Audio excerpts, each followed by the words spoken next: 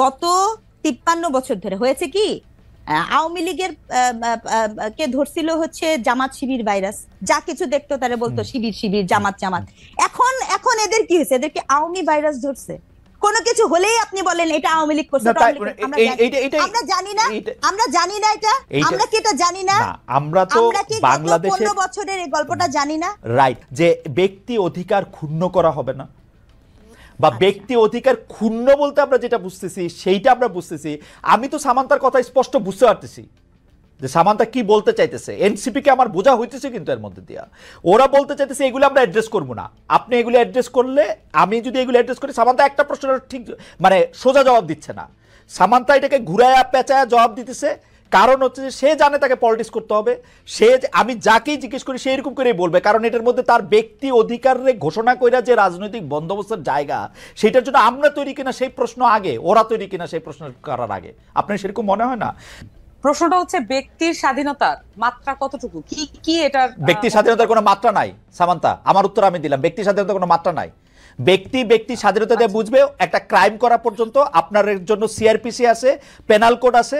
এর বাইরে যদি সে কোনো কিছু করে সেটা আইনভাবে ব্যবস্থা নেবে। একটা ব্যক্তির স্বাধীনতা কত সালের পেনাল কোড আপনি নতুন করে করেন, আপনারা ক্ষমতায় আসেন, নতুন করে করেন, যেটা এক্সিস্টিং আছে সেটার কথাই। কিন্তু এই যে ব্যক্তি স্বাধীনতা যে ফরম্যাটটা বলছেন, এটা কি যথেষ্ট ক্লিয়ার কাট হয়েছে কিনা? আপনার কাছে কি মনে হয়? আপনার কাছে কি মনে হয়? আমি বলছি ব্যক্তি স্বাধীনতার ক্ষেত্রে আমি উত্তর পাইনি। আপনি আমাকে আবার জিজ্ঞেস করেন প্রশ্নটা, এটা আমি আগে উত্তর দেই। ব্যক্তি স্বাধীনতার প্যারামিটার মানে এই আপনি মাত্র আমারে জিজ্ঞেস করছেন, আমি স্পষ্ট বলছি ব্যক্তি স্বাধীনতার কোনো সীমাবদ্ধতা নাই। এটা এনসিপির অবস্থানটা আমি বললাম, এর চেয়ে ক্লিয়ার আর কোনো মানে আপনারা দুইজনই আমাকে বেশ একটা ট্রায়ালের মধ্যে নিলেন যে আমি কোনোভাবেই এটা ক্লিয়ার অ্যানসার দিচ্ছি না। How can I be clear more than this? এইটা যে সরকারের বা রাজনৈতিক দলগুলোর মধ্যে আপনি আসলে এই যে মোরাল পুলিশিং বলেন, ব্যক্তির অধিকার ক্ষুণ্ণ করার কথা যেটা আপনি বললেন, বা দুর্বলের প্রতি আক্রমণের কথা বলেন, শুধু নারীর প্রতি না, যে কোনোভাবে যে যখন সংখ্যালঘু, সে যদি এখন আদিবাসী হয়, সে যদি এখন গরিব মানুষ হয়, সে যদি এখন পাহাড়ি হয়, মানে সে যেরকমই হোক, মানে তার নারী হইতে হবে না, সে দুর্বল হইলেই যে তার প্রতি আক্রমণ। এখানে একটা কথা বলি, এই যে টার্মটা আছে না, কোড অ্যান্ড কোড সংখ্যালঘু, এটাও না খুব মজার। কেন জানেন? বাংলাদেশে 51% নারী, তারপরও নারীর অধিকার বিবেচনায়, নারীর জীবন বিবেচনায় সে তো মাইনরিটি হয়ে আসে। তার মানে কি সংখ্যালঘুত্ব আসলে কি জিনিস? সংখ্যালঘুত্ব হচ্ছে তার অধিকার, তার স্বাধীনতা, তার চলাফেরার জন্য আপনি যেই সিস্টেমেটিক আপনি একটা বৈষম্য করে রেখেছেন সেটার কথা বলা হচ্ছে, তাই না? রাজনৈতিক দলগুলো আমি এখানে কোনো একক রাজনৈতিক দলগুলো বলবো না। শোনেন, গত 53 বছর ধরে হয়েছে কি, আওয়ামী লীগের কে ধরছিল হচ্ছে জামাত শিবির ভাইরাস, যা কিছু দেখতো তারা বলতো শিবির শিবির জামাত জামাত। এখন এদের কি হয়েছে, এদেরকে আওয়ামী ভাইরাস ধরছে। কোনো কিছু হলেই আপনি বলেন এটা আওয়ামী লীগ করছে। আমরা জানি না, আমরা জানি না এটা, আমরা কি এটা জানি না? আমরা তো বাংলাদেশে 15 বছরের এই গল্পটা জানি না, রাইট? বাংলাদেশের রাজনৈতিক বাস্তবতার মধ্যে আসলে আমি এটা করতে পারি নাই বা আমি এটা পারি না, এটা বলার কোনো চল নাই। এটা আওয়ামী লীগ ভুল করছে, আওয়ামী লীগের সময় এটা জামাত এবং বিএনপির উপরে দোষ চাপানো, এটা এইরকমই ছিল। কিন্তু আমি প্রশ্নটা একটু করি ডক্টর স্নিগ্ধা, আমার এই পর্যায়ে আপনার কাছে প্রশ্ন হচ্ছে যে আপনি বলছেন নয়া রাজনৈতিক বন্দোবস্তের মধ্যে আপনি একটা স্বপ্ন দেখতেছিলেন, কিন্তু নয়া রাজনৈতিক বন্দোবস্তের মধ্যে আপনি কোন জায়গায় এটা পাইছেন যে ব্যক্তি অধিকার ক্ষুণ্ণ করা হবে না, বা ব্যক্তি অধিকার ক্ষুণ্ণ বলতে আমরা যেটা বুঝতেছি সেইটা আমরা বুঝতেছি। আমি তো সামান্তার কথা স্পষ্ট বুঝতে পারতেছি যে সামান্তা কি বলতে চাইতেছে। এনসিপি কে আমার বোঝা হইতেছে, কিন্তু এর মধ্যে দিয়া ওরা বলতে চাইতেছে এগুলো আমরা অ্যাড্রেস করবো না।